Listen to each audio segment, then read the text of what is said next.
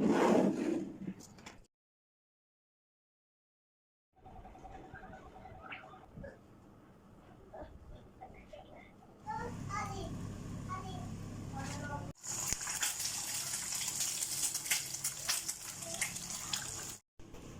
عليكم، شلونكم متابعيني؟ يا رب إن شاء الله تكونون بصحة وعافية يا رب. شلونكم؟ شخباركم؟ وأكيد بديت يوم وياكم من الصبح تقريبا الساعة يعني 8 إلا ربع. قلت حبيت أشارك وياكم هذا الفيديو، إن شاء الله يعجبكم. فيديو متنوع، تنظيفات، على غسل مواعين، على غدا، على ريوق، وانتو تحبون فقرة الريوق. هسه أول شي سويته لازم نحط الشاي على النار ونبدي يومنا. وبعدني ما مكملة تنظيفات بيتي، فاليوم إن شاء الله راح نكمل، خصوصا التنظيف مال الغرفة. غرفة النوم لازم نكملها ونرتبها، يعني كانت كلش هوسة وماكو شي على مكانه أو ماكو شي على حطة ايده. هسه راح نحط القوري على النار ونبدي نسوي ريوق. الريوق شنو؟ هي عبارة عن بيض لا أكثر. هواي من المتابعين يقولون ليش ما تنوعين أو ليش ما تجيبون ألبان. بنات احنا ما نحب هاي الشغلات، ما نحب الألبان. يمكن نحب القيمر، نحب شو يسمونها القشوة أو الدشوة. نحب هيك شغلات يعني، ونادر قليل. أكثر شي نحب البيض. إذا تلاحظون إنه الألبان مثل الروبة أو الجبن أو القشطة هاي أرخص من البيض، وتوفيرها أكثر. بس يعني هي مو قصة إنه مثلا غالي أو رخيص، بس إحنا نفضل إنه البيض. فشوفون ريوقنا دائما أكثر شي بيض. خصوصا عندي جهالي ما يقدرون بدون بيض، يعني خلاص هاي الألبان طحينية، لا يعني هي اللي الطحينية هي اللي الراشي ما ياكلونها، نادرا نادرا ياكلونها. فواحد شي يسوي يجيب بيض ويقعد يسكت أحسن. ما شمها أول مرة يدهوس الجهال.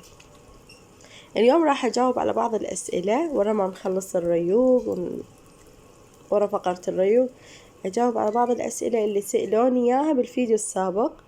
وهذا ريوقنا مجرد بيض سلق وبيض قلي، لا غير، أهم شي إنه يكون بيض.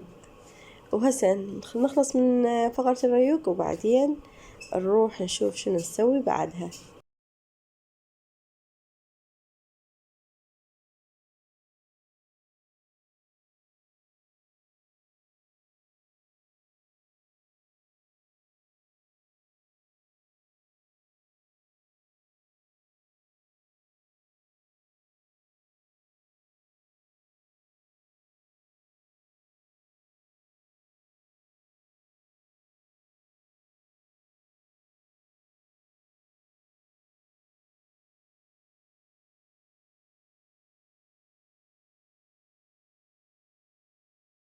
ورا ما شلت الريوق رأسا اجيت للغرفة حتى انظفها.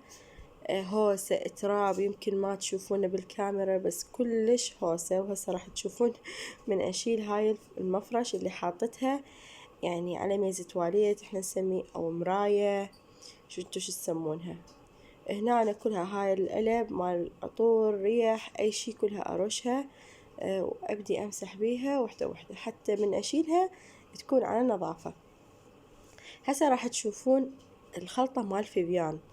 وهاي من البنات سألني لأن حاطات بالهن على الفيديوهات مالاتي، وقالن لي احكي لي تجربتك عن خلطة فيفيان. أنا راح أحكي التجربة هسه وأنا ما أنظف. راح تشوفون أنا إيش كثر مستخدمتها. تقريبا صار لها شهرين عندي، أعتقد يمكن شهرين. والفيديو مالتها موجود من اشتريتها، وكنت بعدني ما مستخدمتها، كان أول يوم إلي من استخدامها. راح أحكي لكم سلبياتها وإيجابياتها. راح أحكي لكم اللي سمعت عنها والناس اللي جربتها. أوكي، يعني عن مثلا أنا أحكي عن تجربة، والناس المحيطة حواليا شنو لما مثلا دروا بي يعني ماخذ الخلطة شنو قالوا عليها. خلطة فيفيان يعني أنا استخدمتها أول 3 أيام، أنا بشرتي الحمد لله ما بيها أي عيوب أو مثلا تصبغات قوية أو مثلا حبلة. عندي إثر كلف يعني من جهة من وجهي وبالأعلى، فشوية مضوجني أريد أوخره. هذا كل اللي يعني مثلا كل اللي أعانيه وأريد أوخره. تدرون ولادة يعني حمل ولادة، فأكيد ألا يصير بالوحدة شوية كلف. أنا عندي كلف بس جدا قليل، يعني اللي يركز يشوف الكلف ومن جهة واحدة. فقلت خلي مادام هاي توخر النمش يقولون عليها وتوخر الكلف، خلي أستخدمها. سعرها 35 والتوصيل يعني مجاني. بنات هذا أبد مو إعلان، هذا مجرد رأي ودا أقوله، ولو أريد أسوي إعلان بساعتها أسوي لكم إعلان. بديت أستخدمها أول 2 و3. وجهي بدأ يفتح ويصفى وصار يخبل على قولتهم، يعني أي واحد يشوفني يلاحظ إنه أكو تغيير بوجهي. لدرجة قمت أطلع يعني ما أحط أي نوع من الكريمات على وجهي وأطلع. قلت خلي أتركها شوية شوية لين أسبوعين. بقيت مستمرة يومية أحط منها بالليل، والصبح أغسلها بالصابون اللي دزولي إياها وعادي. بعدين بديت أخفف مثلا كل يومين كل 3. بعدين تركتها أسبوع 10 أيام. بهذا الأسبوع وال10 أيام هل تغير علي شي؟ هل وجهي تغير؟ لا بنات ما تغير.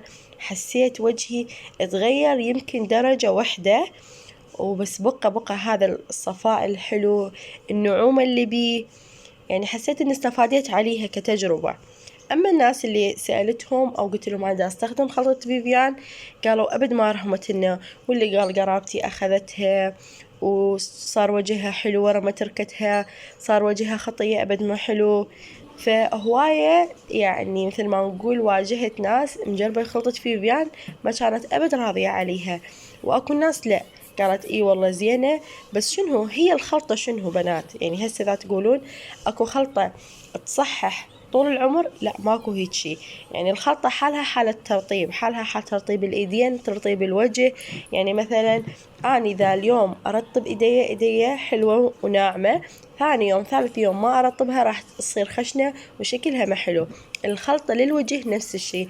إذا أنت معودة بشرتك على الخلطات فأنت لازم تستمرين بالخلطات، عرفتي؟ يعني أنا دا أحكيها عن تجربة، وهاي أول مرة أني أستخدم خلطة. كل مرة أشتري خلطة، مو ما أشتري بس ما أستخدمها مرة مرتين، يعني بالكثير يمكن أستخدمها 4 مرات 5 خلاص. بعدها أبدا ما أستمر عليها، يا تلقيني أذبها يا أنطيها لأحد. أما مثلا أجيب خلطة وأستمر عليها مثل خلطة فيفيان أبدا. لحد هسه أنا مستمرة عليها ومحافظة عليها وأحسها فادتني، خصوصا ورا ما تركتها. يعني مو مثلا أني دا أستخدمها وأقول لكم لا لحد هسه وجهي حلو، لا أنا تركتها أكثر من 10 أيام، وصرت كل 3 أيام والرابع أحط منها مرة واحدة. فهاي تجربتي لخلطة فيفيان، وهذا اللي سمعته عن خلطة فيفيان. ترى هي ما ترهم الكل وجه، أنا بالنسبة لي بشرتي مختلطة، يعني أكو مناطق الزيت وأكو مناطق جافة. رحمت لي. هي حتى يقدرون يستخدمونها الولد، مو بس يعني شباب وبنات يقدرون يستخدمونها. وهاي كتجربتي إلها، وهذا جاوبت على السؤال اللي دائما يسأل لي بيه من بنت أو بنتين دائما خطية يمكن حاطات بالهن ويريدن يشترين من عندها، فيمكن تاخذونها ترهم لكم يمكن ما ترهم لكم.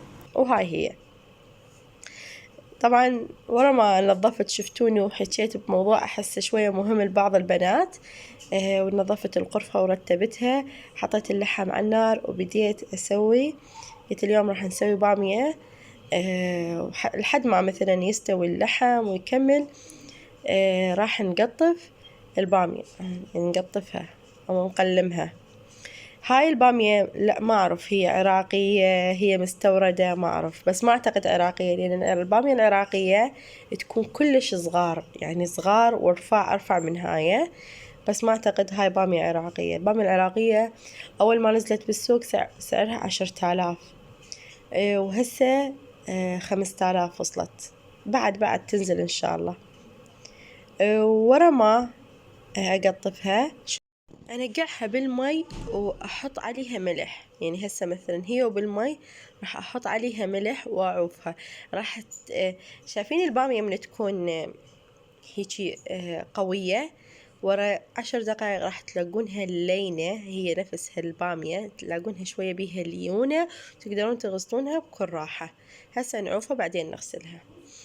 هنا أنا بدأ ينحمس عندي اللحم، واللحم مستوي. اللحم هذا تقريبا لحم مال حولي، مو لحم غنم، فأحسه ناشف بصراحة، يعني ما يعجبني. أكثر شي يعجبني بالبامية لحم الغنم، يكون هيجي طري وما أدري يعني أشوفه وما بيه عظمة، فما أدري. المهم بس يوفي بالغرض نمشي الموضوع. هنا أنا ورا ما انحمس اللحم وحمسته هيك حمسة خفيفة لين أريد أحمسه هو والبامية، ضفت البامية وراح أضيف عليها أكيد ثوم. البامية تحب كلش تحب الثوم. يعني مثلا اكو ناس تقول لي لا شو دعوة تحطين هالقد ثوم، حطي حباية او سنايتين، فص واحد فصين ثوم. بنات يعني أنا ما أدري شلون الفص الواحد أو الحباية حبايتين شلون راح تنطي نكهة، ما أدري، خصوصا نكهة الثوم. يمكن أنتم ما تحبون نكهة الثوم تكون قوية، فلهذا تشوفونه هالقد كافي ويناسبكم. أما الناس اللي تحب الثوم، أنا بالنسبة لي أكثر أكلة يعني هحط عليها ثوم هي البامية أو الفاصولية الخضراء أو البورانية. عندي الفاصولية البيضة، إذا أريد أضيف عليها ثوم على قولتكم أضيف عليها سناية أو سنايتين، ما أحب نكهة الثوم تكون كلش قوي بالفاصولية. فاللي متابعني زين ويعرف طبخاتي راح يعرف إنه كلامي صحيح. هنا أنا ورا ما ضفت مي اللحم واستوت عندي البامية، حمستها ويا المعجون وضفت مي الطماطة.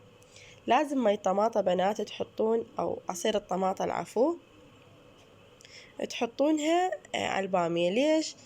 راح شو مثل ما نقول تنطي نكهة أطيب من ما بس معجون. هنا أنا ورا ما كملت الغداء، هاي الهوسة مثل مواعين الريوق، المواعين اللي استخدمتهن، لين أنا هم نظفت غرفة الخضار وكملتها رتبتها، يعني البيت كله نظفته، فما غسلت المواعين. هسه ورا ما كملت البامية وعفتها تفور بديت أغسل المواعين. وأصلا بعد عندي وقت، يعني تخيلوا تقريبا الساعة يعني هسه صارت 11 وأنا بديت أغسل مواعين. والحمد لله الفاصوليا مالتي البامية مالتي كاملة مكملة. هسه راح أجاوبكم على السؤال. البارحة الفيديو اللي نزلته وشفتوني دا أغسل الثلاجة والضوء مشتعل أو هي مشتغلة، بنات أدري إنه غلط وأدري إنه هذا الشي ما يصير، بس أني بالنسبة لي المفروض إني أوضح بالفيديو إني أقول أني عفتها مشتغلة على مود التصوير، من أطفيها بداخلها راح يصير كلش ظلمة، الإضاءة ظلمة وما راح تشوفون شلون. فأني غسلتها بس على مود فترة التصوير، بعدين أني ورا التصوير طفيتها وعفتها طافية لحد ما نشفت كامل. صح ان هذا الشي غلط، ادري انكم تخافون علي، ادري ما ادري كلها تقول يا ربي ليش هذا خطر، هذا مو زين عليك. اشكركم، يعني ادري بيكم تخافون علي ودا تنصحوني هذا الشي يعني. فاني بس من هذا الباب دا حبيت اجاوبكم انه على مود التصوير انا عرفت الثلاجة مشتغلة. بس يعني أنا ما غسلت الفريز مالتها على فكرة، يعني الفريز لو أني أغسله أكيد لازم أطفيها، بس لأن أنا ما غسلت الفريز مالها نظيف ما بيه شي ولا حتى يحتاج لأي تعزيلات، بس مجرد غسلت اللي من جوا ومسحتها كمسح خارجي. فأنا المفروض بالفيديو أقول أنا ترى عرفت هاي مشتغلة على مود التصوير لا أكثر، يعني على مود الإضاءة وهاي هي. فهواية قالوا لا ما يصير ما أدري شنو يونس. لا إذا تشوفون فيديوهات السابقة يعني كنت دائما كان عندي إضاءة، فكنت دائما أطفيها وأنظفها. وعلى فكرة دائما الثلاجة مالتي أنا ما هالقد أغسلها، يعني نادرا يمكن بس لما إذا أريد أغسل الفريزر اللي داخلها الثلج اللي بداخلها أغسلها غسل دائما يعني قطعة قماش وأقعد أمسحها تصير أحسن وأرتب. فهيك يعني. وأكو ترى أغلب الناس على فكرة أغلب الناس تغسلها بالصندة، يعني خلينا نكون واقعيين. أنا الناس اللي أعرفهم المحيطة حواليا أغلبها تغسلها أو يمكن كلها تغسلها بالصندة تنظفها، بس مو على طول، مو كل تنظيف لا بنات، يعني كل مثلا شو أقول لكم مثلا كل موسم، كل صيف، كل ما يجي الصيف أو كل ما يجي الشتاء يغسلونها غسلة نظيفة بالصندوق، والباقي لا يمسحونها يعني مثلي أني. بس ما أدري جاني وغسلتها هالمرة، حسيتها كلش وسخة وغسلتها. وتحفيز إلكم لا أكثر ولا أقل.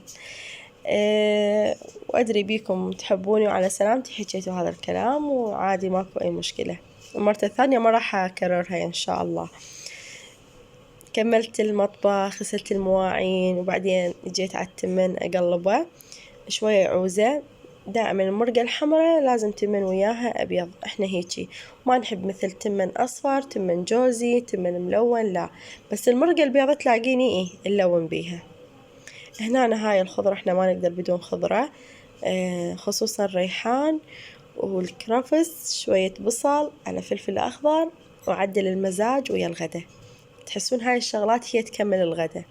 البامية مالتنا ما شاء الله تخبل صارت، يعني صدق بامية إلها نكهتها، رغم إنه هو مو لحم غنم. أحس البامية ترهم لها لحم الغنم. وهاي باميتنا وثخينة، المرقة مالتها كانت وتخبل. وسهمكم العافية. أتمنى إذا وصلتوا لهذا المرحلة من الفيديو أتمنى تضغطوا لي لايك. بنات لا تنسون وتشتركون بقناتي إذا ما كنتم مشتركين، وتفعلون خاصية الجرس. وهنا مثل ما تشوفون دا استوى التمن عندي كامل. اللي يسألني شنو تستخدمين تمن بنات، استخدم هذا دا يعني هاي الفترة اللي استخدمتها تمن محمود. فإذا خلص شنو نجيب ما أدري، يعني إحنا مو متعودين على نوعية واحدة، بس أكثر شيء معتمدين عليه اللي هو قل بهار ومرجان، أكثر نوعيتين نستخدمها مال تمن. وهذا غدانا وسهمكم العافية. أتمنى هذا الفيديو عجبكم، نال رضاكم وتونستوا بيه، أخذتوا طاقة إيجابية، معلومة حلوة. وإن شاء الله أشوفكم بالفيديو الجاي على خير وبركة، ويلا أشوفكم بخير مع ألف سلامة. باي باي.